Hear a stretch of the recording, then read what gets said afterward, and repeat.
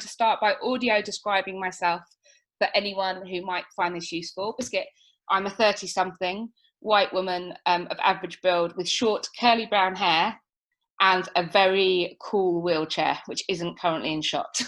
Biscuit, but I'm a wheelchair user. I have Tourettes Syndrome, Biscuit, which is a neurological condition, Biscuit, that means I make movements and noises I can't control, called tics, Biscuit, which means that this talk will come with extra biscuits, sausage, and sausages, clearly, today. Biscuit, I'm going to take quite an informal approach. I feel like, Biscuit, I'm hoping that the main value is to talk through the sort of my journey to the stage and beyond, and think about some of the sort of key challenges and key things that have helped me, Biscuit.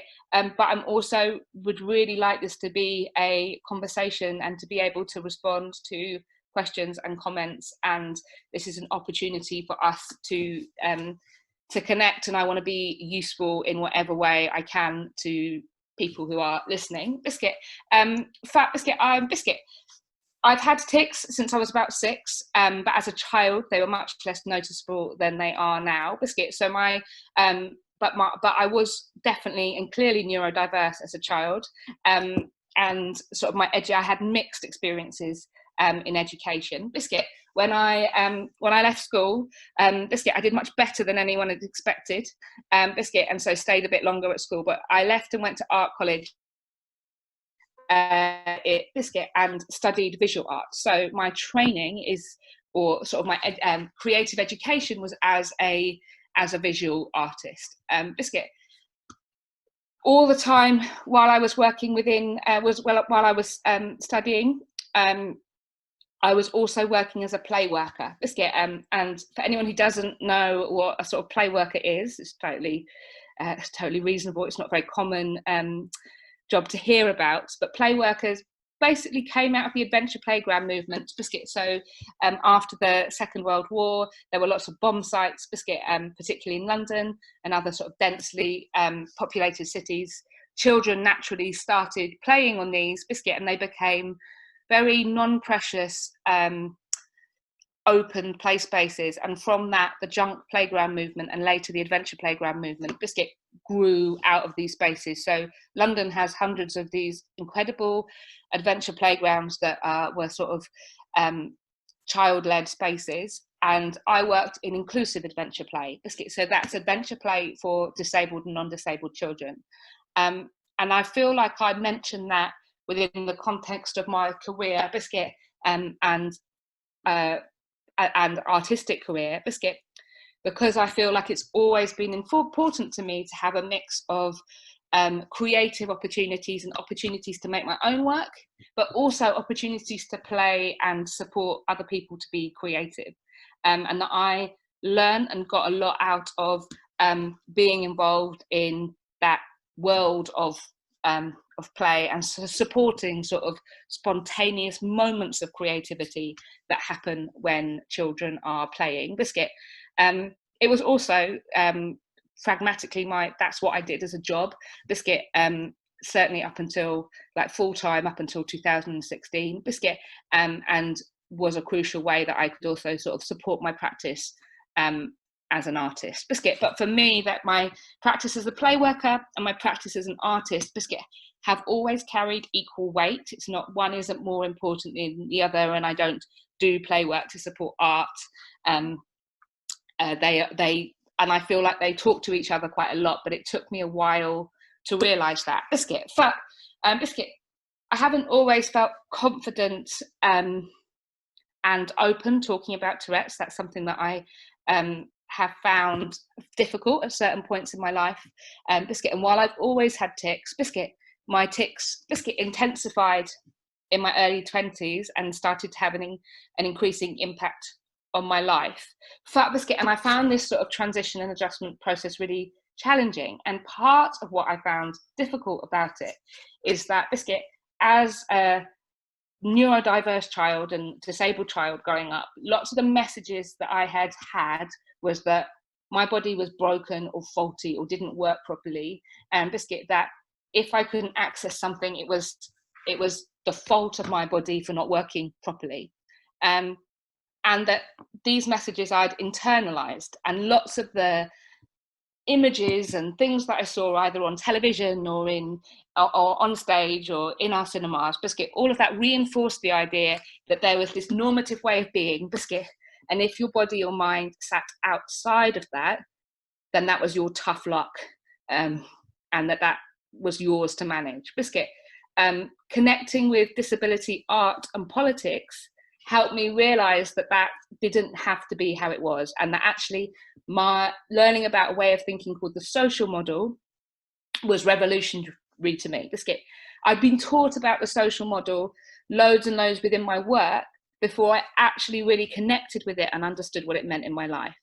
And so the social model of disability basically gets away from traditional ways of thinking about, Biscuit, disability, which are sort of more medical or charity models that see someone as being disabled because their body or mind works in a non-normative way. The social model says it's totally normal, Biscuit, for bodies and minds to work differently, and for some people to have particular impairments and conditions, Biscuit, and others not. What is disabling is a failure to consider this diversity of body and mind in how we set things up. So, Biscuit, if I can't access a telephone helpline because it's got an automated voice recognition system, Biscuit, it's not the fault of my tics. It's the fact that the system hasn't been calibrated to deal with extra biscuits.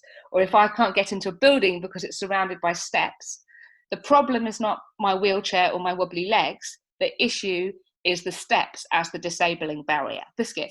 So if I'm talking about disabling barriers, I'm talking about all of those things that get in the way of us as disabled people, as people whose bodies and minds might work in slightly non-normative ways, and therefore where we encounter barriers because we haven't been thought about. For me, saying I'm a disabled person makes me feel proud, makes me feel strong. It means I can be part of a community and give and receive solidarity. And importantly, it acknowledges those barriers. Biscuit, because only if those barriers are acknowledged can they be changed. Biscuit, sausage. For me, another big moment in accepting myself was a conversation that I had with a colleague and fellow play worker, Matthew Pountney, who is now also the co-founder of Touretteshero. We had worked together for 10 years, and Biscuit, as my tics changed and intensified, and I found that my initial response was to ignore it, bury my head in the sand, pretend it wasn't happening. Biscuit, Biscuit, I was totally delusional about how much other people would notice my tics, and how much I ticked and moved. And I found talking about Tourette's really uncomfortable and upsetting. And so we had lots of conversations, and these usually ended in tears. Biscuit. But then we had one conversation in his kitchen where he described Biscuit Tourette's as a crazy language generating machine, Biscuit, and told me not doing something creative with it would be wasteful. And I heard that sentence in a totally different way, Biscuit, to anything that we'd talked about before. And I'm sure he'd mentioned sort of tics and creativity, and I'm sure he'd encouraged me to think about doing something creative with my tics. But that idea of Tourette's as a language generating machine, and that idea that somehow if I didn't utilize that spontaneous creativity that I had been given because of how my brain worked, my unusual neurology, Biscuit, if I didn't utilize that would be wasteful. And that didn't change stuff sort of radically overnight. It wasn't like then Touretteshero was born as a fully fledged organization, but that was absolutely the starting point of me allowing myself space and time to think about the potential that Tourette's might have creative value, and that my experiences might have value to talk about. Up until that point, I had always dismissed them as a problem, and that was the starting point for me understanding that actually there was power in that difference, and power in my experiences. Sausage! So Matthew and I co-founded Biscuit Touretteshero in 2010. Biscuit, as a creative response fact to my experiences living with Tourette's, Biscuit, and an absence of material that really felt like it reflected my day-to-day experiences. And Tourette's is a surreal, funny, challenging, like odd condition to live with, and I didn't feel that there was anything that really reflected those experiences, and certainly not those experiences of me as a woman. It's sort of very, lots of what I'd seen was about the experiences of men, and I think that Biscuit, that those experiences do differ slightly in terms of how people respond to unusual behaviour in public spaces. Sausage, cats, also the sort of stuff that was out there fitted quite heavily into a sort of charity model. So there was there was either the more formal support organisations, or there was people mocking Tourette's as a cheap laugh, but there was nothing in between. And so really that's where Touretteshero started from, and the idea of tics as a creative springboard. So not just for my creativity, but the idea that to not waste Biscuit, the sausage dogs, to not waste the surreal things that I said as tics, that we would share these online and allow them to be used by other people as catalysts for creativity. Sausage! Collaboration has been central to Touretteshero from the beginning, and we've worked with lots of incredible partner organisations. Matthew and I first started working together in play organisations, putting together big, inclusive, creative events for children and young people. And some of the things that drove us to do that are still the same things that drive us to create participatory events now. So one of those, the key ideas is the idea that positive memories and positive experiences in cultural or public spaces is protective. If we have positive things to draw for when times are tough, then we will be able to resist those things better. And I think that's particularly sometimes with our sort of one-day events, venues will be a bit like, oh, we don't see what difference a day like doing a one-day event makes. And I can tell you sort of from my personal experience, and Biscuit, from hearing the lived experiences of other disabled people, having experiences where you feel accepted and included and know that it doesn't have to be like it often is, that there is a different way of doing things, and that you can be yourself, Biscuit, exactly as you are, without masking or changing or compromising. That's not only is that liberating in that moment, Biscuit, it means that you know that you're not broken. It means that you know that that is a set of choices that people are maintaining. Biscuit, sometimes the exclusion of disabled people is presented as natural. It's a natural result because people's bodies don't work in a normative way that they would be excluded. It's not natural. It is a decision that is being sort of maintained. Biscuit.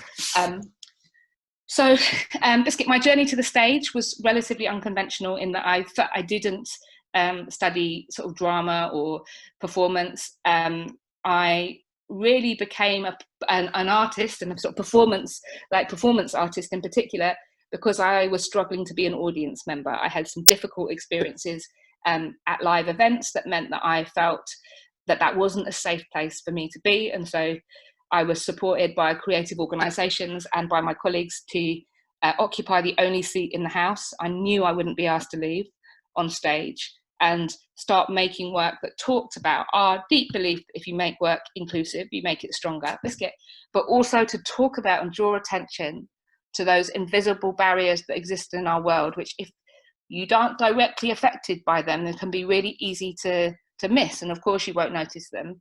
But if they are something that impacts on you, then those invisible barriers can feel impenetrable. And certainly, Biscuit, the sort of culture around performance and quiet spaces felt really exposing and unsafe to me at different times. So making a piece of work that talked about that and taking it to the Edinburgh Fringe, where, Biscuit, there were directors and producers and performers and sort of theatre audiences, felt important, Biscuit. But I had no idea, Biscuit, that would then lead to us taking that show backstage in Biscuit Land all over the world, and getting an opportunity to sort of meet and talk and connect with disabled and non-disabled people across the UK and internationally. And I think it's really one of the things that traveling has helped me realize is that it's very easy as a disabled person to have your sort of view created by the politics of where you are, the politics of place. And actually it's essential that we have conversations about disability rights and justice and inclusive practice across borders, and that to make sure that disabled people can connect, because those things are of sort of international significance, but often the sort of restrictions can feel very particular to where you live. So being able to actually realise that and understand that those are decisions that people are making that is restricting our life and access and not our bodies and minds. That was a big moment for me. Biscuit, in terms of tips for people and things that I have learned on the way, Biscuit, in fact, nurturing unexpected outcomes, I suppose, is a big one. Lots of the most exciting things that have happened for us with Touretteshero, Biscuit, were unplanned, Biscuit, and sort of being open to the unexpected can lead to really interesting places. I think the challenge of that is also not saying yes to everything, and that can be hard, particularly if sort of you're thinking about that in terms of financial pressure, but actually trying to work out what your priorities are and stick to them and not be cajoled into doing things that don't feel right to you is also really important. But it's the balance of that and being sort of open to new ideas and approaches. Value your lived experiences and your perspectives. Sadly, not everybody else will always value them, but they are of value, and we need to value them first. And I had to learn to value those experiences, and I see that replicated in lots of other disabled people. We have to sort of unlearn some of those messages that we are sensed by our surroundings, that we are of value, that we do matter, that there is creativity in the wonkiness of our bodies and our thinking, that should be celebrated and should be visible. And so value those and hold on to that. And in those moments where other people are not valuing that, they seek support and solidarity from other people who maybe understand what that feels like, because it is emotionally tough, Biscuit, to constantly be facing barriers and to have to constantly explain yourself, Biscuit. There was a way of thinking that I remember reading about on a bus, and it was an article by a disabled academic and activist in the States called Mia Mingus, Biscuit, and it was an article about something called forced intimacy. And I read this article and I just kept going, yes, yes, yes, Biscuit. And so forced intimacy is the idea that we often as disabled people have to give away lots more information about ourselves just to access basic services, or that other people, wouldn't have to give lots of personal information about. And that we often are expected to give that information away in a vacuum. So people will say, tell us what your access requirements are, without telling us anything about the context in which that sits. So seeing Mia's writing about access, forced intimacy, and its opposite, access intimacy, so that beautiful feeling when you are seen and understood and your access requirements are just met seamlessly, that feels so great. I think learning about ideas like that have been emotional grab rails in my life. So as a wheelchair user with tics and wobbly legs, there were lots of physical grab rails in my life that stopped me actually falling over.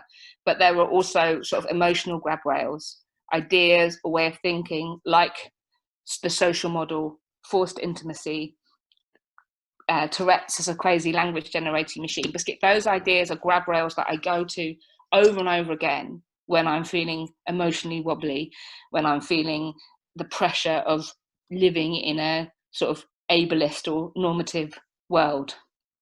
In the last few years, as my energy levels have changed, Biscuit, and I've increasingly experienced chronic pain and fatigue, another sort of grab rail, again, that was, Biscuit, introduced to me by Matthew, was I was really worrying about how much extra work I was doing, or how much extra work my colleagues were doing, and how I was needing to rest more. And I felt guilty about that, and I felt shame about that. And then Matthew Biscuit told me that at Touretteshero we could take a Biscuit socialist approach to energy, and that we would all put the energy that we had into a pot and then make things happen with that, and we didn't need to count hours out. And so that was another really important grab rail for me in those moments where I'm feeling like I'm not good enough, or that the world is too challenging to navigate. Those are the ideas that I reach for. And so they will be different for each person, but build up your own emotional grab rails. Know what your physical access requirements are, but also know what are the ideas that you want to hold on to when you're feeling wobbly.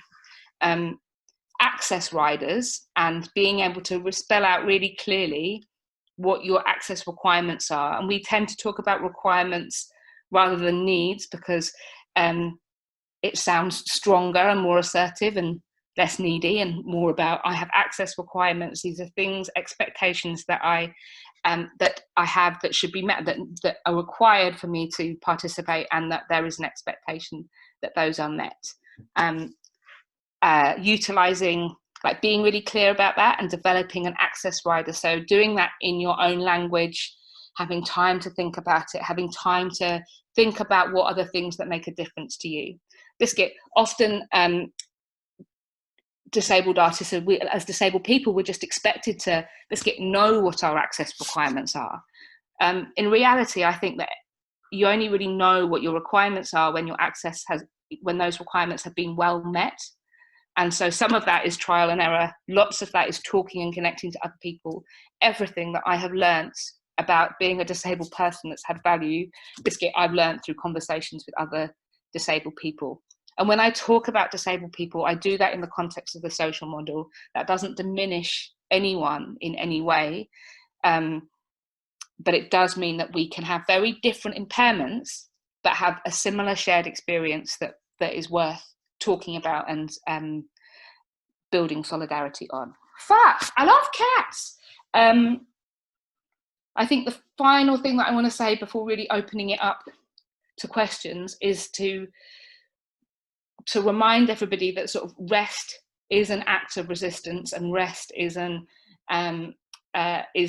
powerful thing to do, and it's an important thing to do, and we need to get better at building rest into our creative spaces and not getting overwhelmed. And I think at the moment we're living in a world that has changed drastically. Biscuit, certainly as a disabled person, it feels like it's proved the social model to me, because I had built a set of tools for navigating the world as it was in a particular way and getting what I needed out of it. And then suddenly overnight, that world shifted, Biscuit, and lots of the barriers that I then encountered as a disabled person had changed. And suddenly having to navigate new barriers and articulate them to other people was exhausting.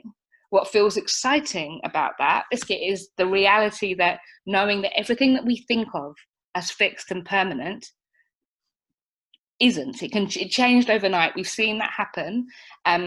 We just need to make sure that in the world that we're building, that we're not just going back to the sort of normal, exclusive, unjust creative sector, and that whatever we're building thinks about a diversity of body and mind and experience. Fuck, sausage, cats. I've chatted loads now, so maybe it would be good to open it to sort of some questions or conversation. Fuck, sausage, cats. Da, da, da. Fuck. Well muted. There we go. I'm back on. Thanks so much for that, Jess. That's amazing. I'm going to start by audio describing myself before we get into the chat. So I'm a 30-something white woman with tall brown hair usually, and I've also got a hemiplegia which affects my right hand side, so I gesticulate with my left a lot, usually when I'm talking. I mean, I think that, yeah, what you were saying at the end, Jess, is really important, that rest element. I think we've been on a lot of these talks, and there's been a lot of questions about how you create in lockdown. And you know, it's so important to look after your mental and your physical health first, because it's very difficult to create if you're not making sure that's like the first port of call, really, isn't it? Yeah, absolutely. And I think, you know, the sort of idea of productivity and usefulness in a pandemic is a really tricky one. I think there was lots of pressure on people to, like, you know, certainly at the beginning, the idea that, oh, you know, you had to be useful, or, you know, use this time to make stuff. And actually, for me, I was so busy, like, and still I'm so busy and exhausted by survival and by trying to navigate this new space, that actually that wasn't a good environment for me to be ready to create stuff in. That said, Biscuit, I have been writing more again and drawing more again, and Biscuit,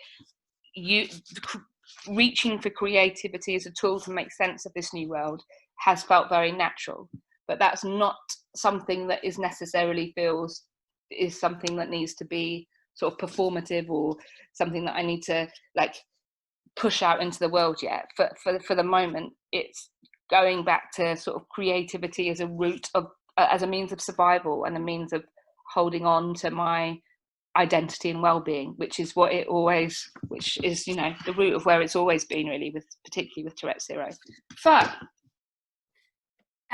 We were discussing a bit before people came on about what Touretteshero as a company has been doing during lockdown. Do you want to talk a bit more about that as well, like how you've adjusted as a company to the new normal? So I think we had, you know, we took our sort of latest, newest production, it's an old production now, of Not I, which is a neurodiverse presentation, Biscuit, of the Samuel Beckett play, Not I, and we took that to New York in January, and I was really glad that we'd had that opportunity. That was a big ambition for me, to perform that show in the US, and to sort of take some of the conversations that we've been having and have them in a different context. So I was really glad that happened. Biscuit, we had other touring plans for Not I in the UK that were cancelled because of COVID, and we actually went into lockdown sort of a week earlier because I have particular risk factors. That means that I'm in the shielding group. So we took that decision as a company to lock down sooner and to wind up all our sort of non-essential work and focus on the sort of 3 areas that felt important to us. So that was like the systems for paying people and making sure that people had the sort of financial support and what they needed, making sure that providing informal support to people with Tourette's and to families raising disabled children and neurodiverse children and young people. So that's included things like providing visual resources and calendars and schedules to help manage this and navigate this sort of new time, and also providing practical support to disabled people, and that and helping as many people survive this pandemic as possible, and advocating for disabled people at whatever level we could, in terms of making sure that disabled people's voices were not missed from crucial conversations. And actually, I think that one of the things that is very clear is that because that situation was very fast moving, in terms of the beginning of the pandemic, and lots of policies and decisions were made, disabled people were absent from loads of those. The sort of experiences of disabled people were absent from that, and that actually created lots of additional barriers. And so one of the things that Touretteshero has been doing, you know, some of that's been basic. It's about, you know, access to food and support and healthcare, and so we've turned into a delivery service. It's not something that we sort of talk about really publicly, because I think we are very aware of not wanting to be overwhelmed, and it's a service that we're only able to operate in London, but we are shopping for and delivering to disabled, chronically ill and older Londoners, to make sure that people have what they need. As a disabled person, that sort of the loss of independence and autonomy that has come with the pandemic, as well as feeling like an increasing invisibility within the cultural sector, that's been the things that have felt difficult. The actually sort of staying at home and, you know, prioritizing my health and requirements are all things that feel quite natural. Seeing people that I care about and people like struggling and excluded and not thought about, and feeling sort of a level of invisibility and a, you know, an abandonment, like is hard. And it's like disabled people have had to take the government have had to take legal action to access food. They've had to take, you know, deaf people have had to take legal action to have access to the daily briefings and information. Blind and partially sighted people have had to take legal action. Children are having to take, you know, disabled children and their families are having to take legal action to be able to, you know, not be arrested for going out more than they, you know, so there's and, you know, there's similarly with face coverings now, people who can't wear face coverings because of health reasons. So I think all of those ideas and, you know, the things that I talked about in terms of the social model, in terms of forced intimacy, the idea that they're now more than ever, we're expected to explain and justify our requirements rather than be accepted as sort of necessary and equal. And feels worth highlighting that so that we can acknowledge it, change it, and build a world, spin a world back up that doesn't replicate some of those errors and absences. Yeah, I think it's really interesting that these kind of things just exacerbate like things in society that were already prevalent. As you say, like disabled community have had to fight and take legal action for years to make sure that, you know, things happen to support their lives, and then when this kind of thing happens, it all kind of blows up, doesn't it? Somebody I see somebody's Ginny's mentioned talking about the sort of work we did for Heart of Glass, their conference with For About, which is a slow online conference that we made a piece of work for that was shown yesterday. And I think that right from the beginning, very quickly, that we, in the sort of Touretteshero team, Biscuit started talking about my home and the place where we're sort of mainly locked down as the spaceship, and that this time we were replicating to be like to space travel, and that idea that we're all on these, everybody's been sort of flung into separate spaceships at short notice, and that we are navigating a really sort of unknown place, that the time does weird things, and that there's this sense of sort of separation. We don't know how long this journey will be.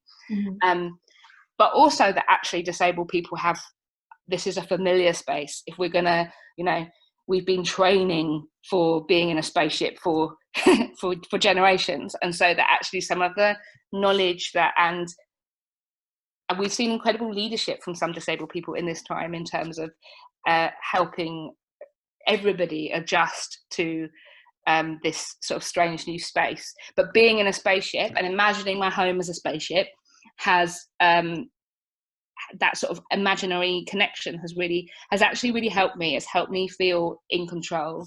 It's helped me feel excited by the time that we're in, and to feel like, and so to make drawings about it, to write about it, to think like, and to make a silly film about it. While that was also really fun, I think it came from this root of recognizing that that this is a journey that can feel quite isolating, but is also like, you know, will lead to incredible views and perspectives and discoveries, and that framing it in that way for me helps me be ready and open to seeing incredible things, as well as just having a bit of a nightmare. Yeah, it's trying to get the positives out, isn't it? And like, it can be pretty difficult to find those days, but yeah. And I think it's important to acknowledge what's challenging, but the majority of what I've found challenging, and through my sort of life as a disabled child and adult and artist, and now, is most of those challenges are created by a lack of thought or deliberate action of other people, the deliberate exclusion or the accidental exclusion that happens from assuming that everyone does things in the same way. The step that we can make to make sure that happens is that rather than assuming everyone does things in the same way, we can understand that we all do things differently and set things up in a way that acknowledges that. And that doesn't mean getting it right. Like lots of organizations that we work with are, I think there's a lot of anxiety about not taking action because you don't want to get it wrong. But disabled people have been excluded for so long and have been not thought about for so long.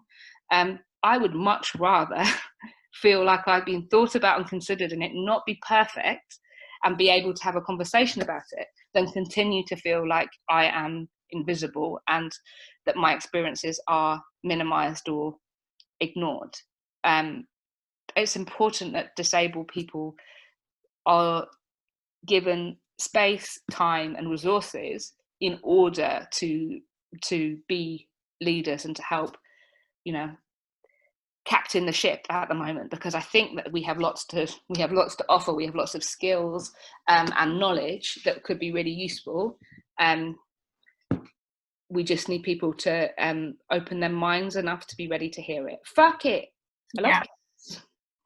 No, completely.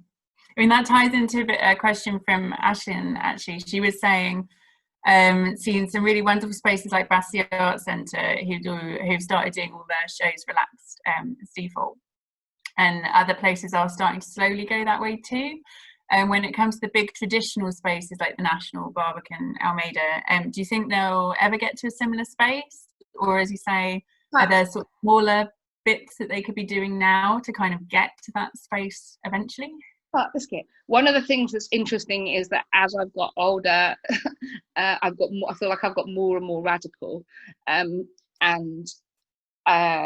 politically sort of clearer in lots of ways. There are amazing things that are happening.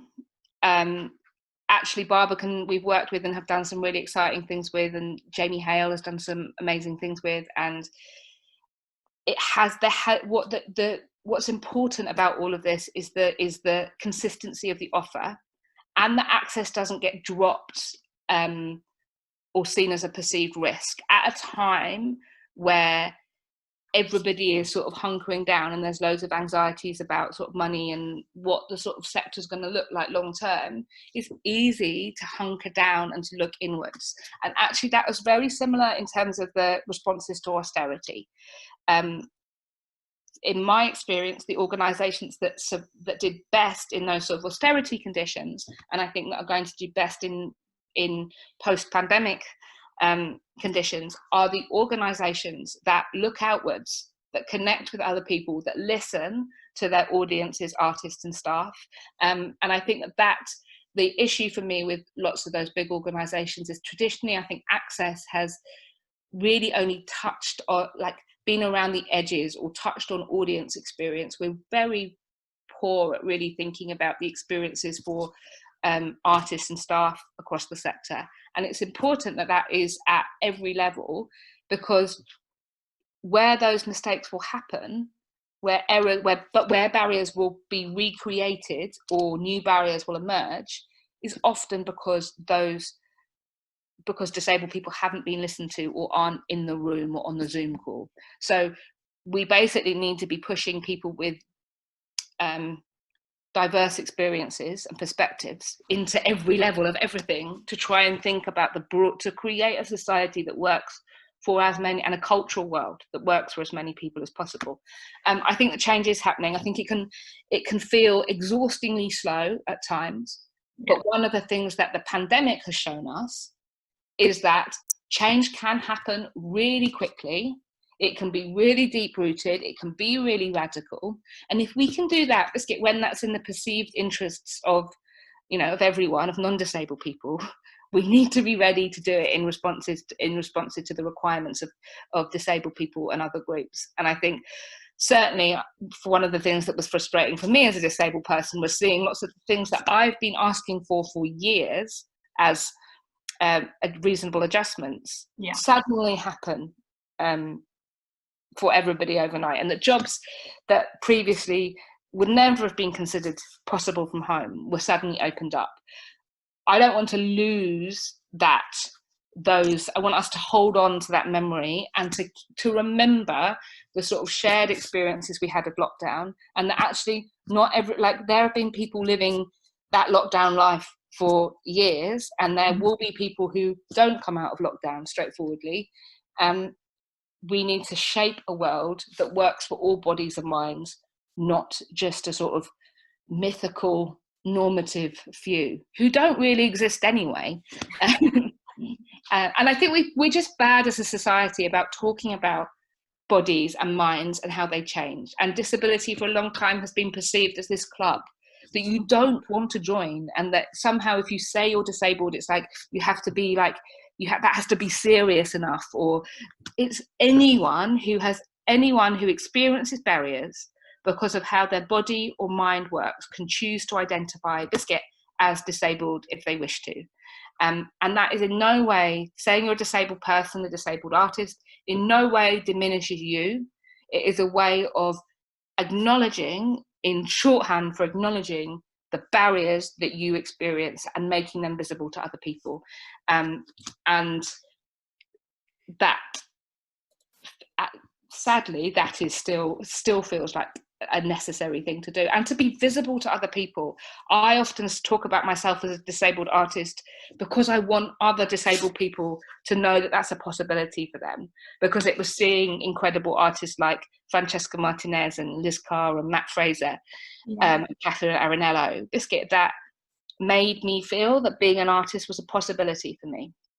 And particularly after 10 years of austerity and then a pandemic, for the sort of next generation of disabled artists, how can we have a future generation of disabled artists if people haven't got the support they need to leave their homes, if people haven't got access to food? So I feel like for me, all of those sort of social injustices are also cultural and creative injustices, and that we have to address all of those things, and that creativity is a place to help people connect with ideas that can then change their behaviour and actions. But I was going to say, I think for me that's the strength of disability arts in particular, I think, of like getting that understanding. I think for me it wasn't until I worked for a disability arts organisation, I was the same, I didn't own my disability either, because you go, oh well, I have a different experience than others, and maybe I shouldn't like take that identity from people. But then you like, the more people who share that identity and talk about their experiences, the more it's going to change, you know. Absolutely. And actually talking about sort of access and sort of modelling that sort of openness actually then like just becomes something that becomes very natural, and that you know, disability isn't a club. There isn't a register, thank God. Although in COVID times there is a bit of a register, but it's basically it's a like claiming something as part, like for me, when I started writing the blog, up until that point, I'd often talk about the Tourettes and the tics. And one of the decisions that we made was, when I'm writing, I'm talking about my Tourettes and my tics, and acknowledging that, Biscuit, while they don't represent my thoughts or ideas, they are part of my body, and they come from my brain, and they have the imprint of my experiences on them. And that's really why Not I was really appealing, because that sort of idea of distancing, like separating a key part of your identity from yourself, that is often as a sort of protective mechanism rather than a sort of natural mechanism. That's something that we are learned to do because of the responses of other people, rather than because of what actually feels right to us as human beings. And I want people to feel comfortable in who they are, to feel like they can ask for what they require, and expect that to be, you know, to be met, and to be part of a conversation about how that's met for different groups. In fact, while we're on that, Phil has asked, so he saw it in Liverpool, and alongside the fantastic performance, I thought the high production values and transformation of space were superb. Are production values of your work important to you, like in particular when you're considering? Yeah, I think one of the sort of, I think that comes from some early experiences accessing sort of Tourette's related support.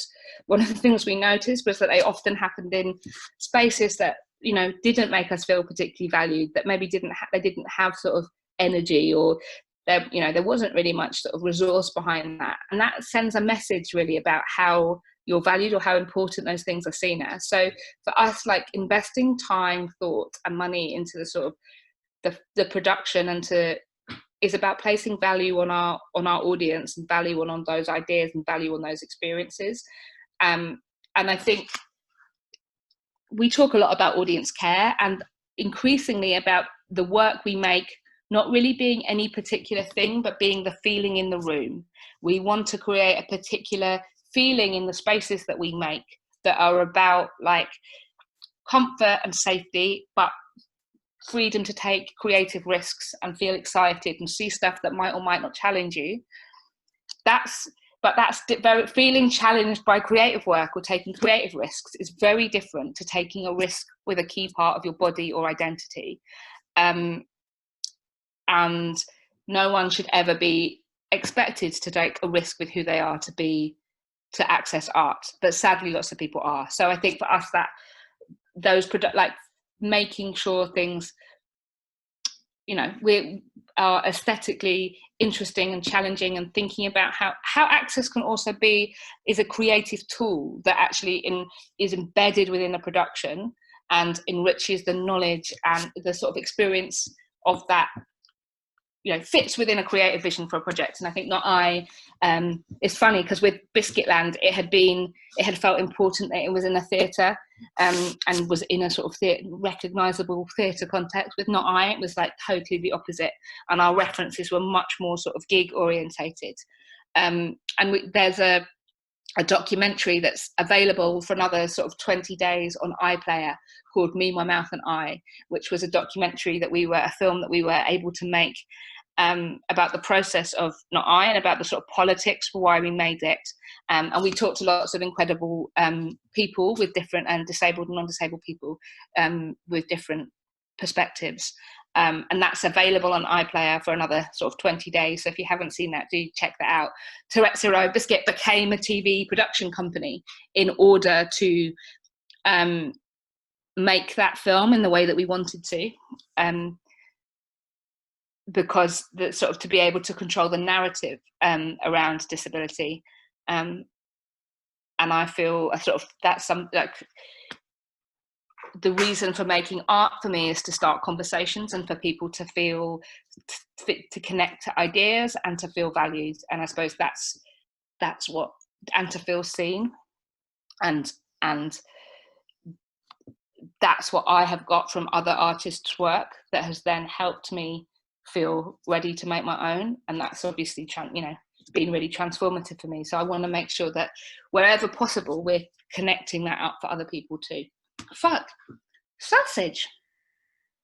So you've talked about so you've obviously got a really close group of regular collaborators, like as an artist but also as a company, as Touretteshero. Can you talk about how did this come about, and have you got any particular tips for sort of newer companies looking at putting together a team, especially sort of disabled artists, around who where to look and where to start, really? Collaboration has been is definitely a very, very key cornerstone of our practice. And also we made work in areas that we were really unfamiliar with, we'd never made a theatre show before. So working with Jess Jones, who's an amazing performer and puppeteer, and getting the support of Battersea Arts Centre, those aspects like that were really those collaborations have been key, both in terms of bringing knowledge that we don't have and perspectives that we don't have, but also in creating a sort of exciting work and different, bringing different people together. So collaboration is pretty much central to everything that we do. And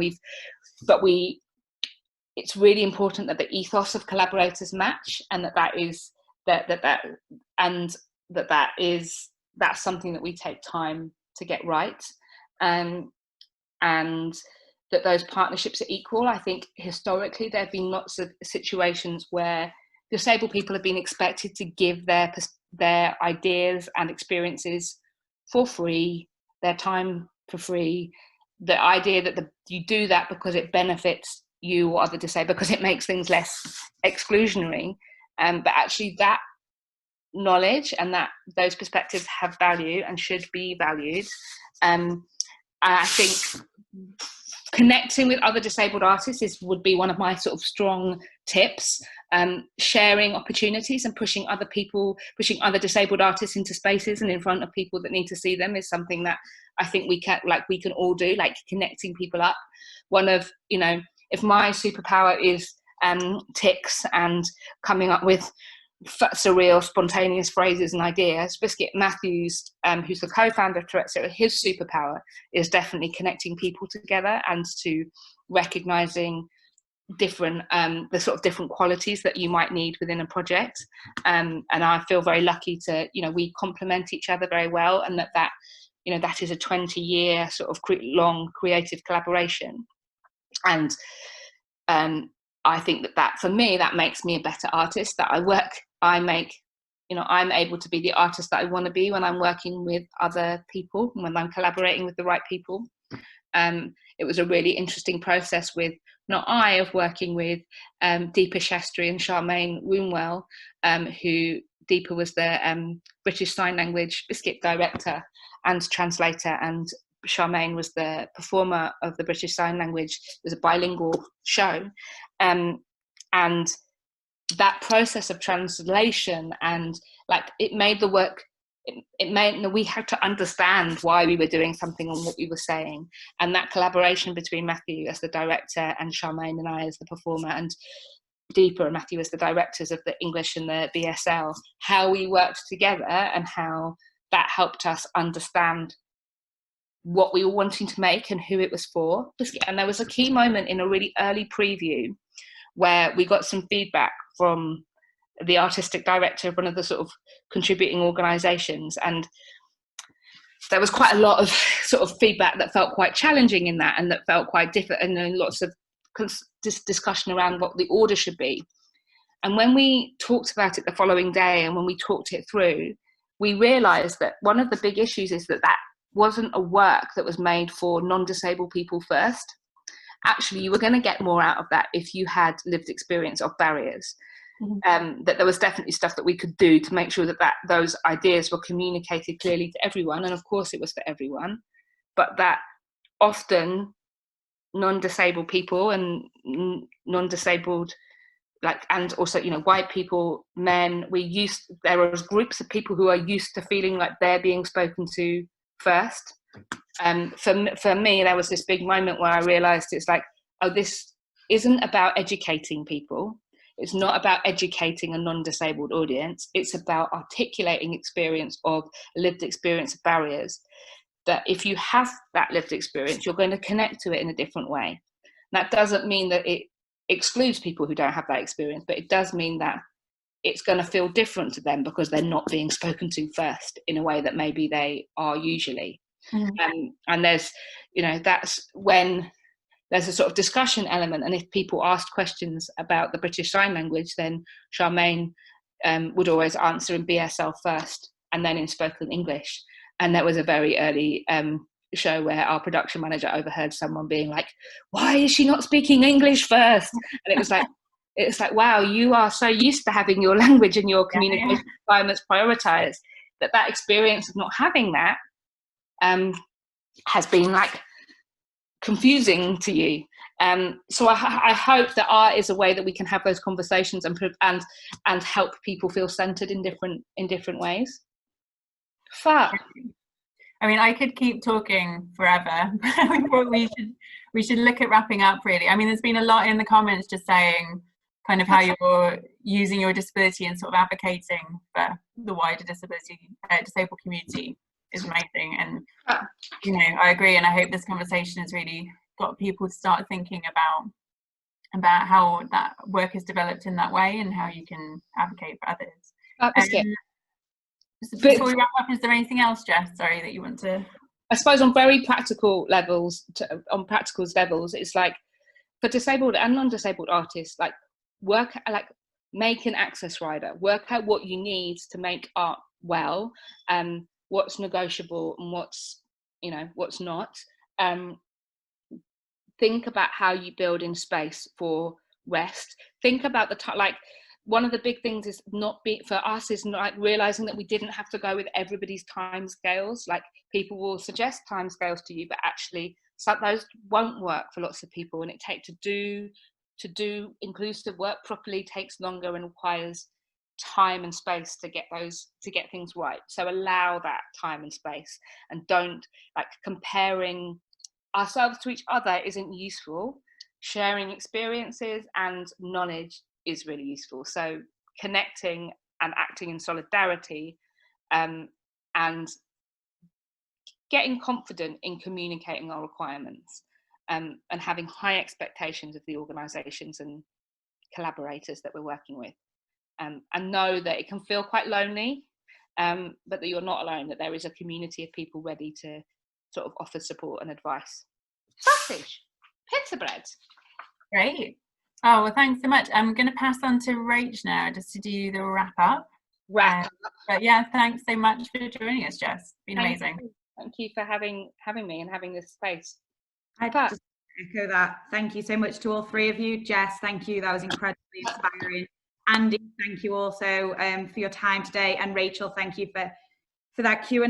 And also to everybody who's joined us, who's popped stuff in the chat, and has created this really exciting, safe space to have these conversations. As a venue through this time, we've really been questioning what we stand for, which I think is the right thing to do.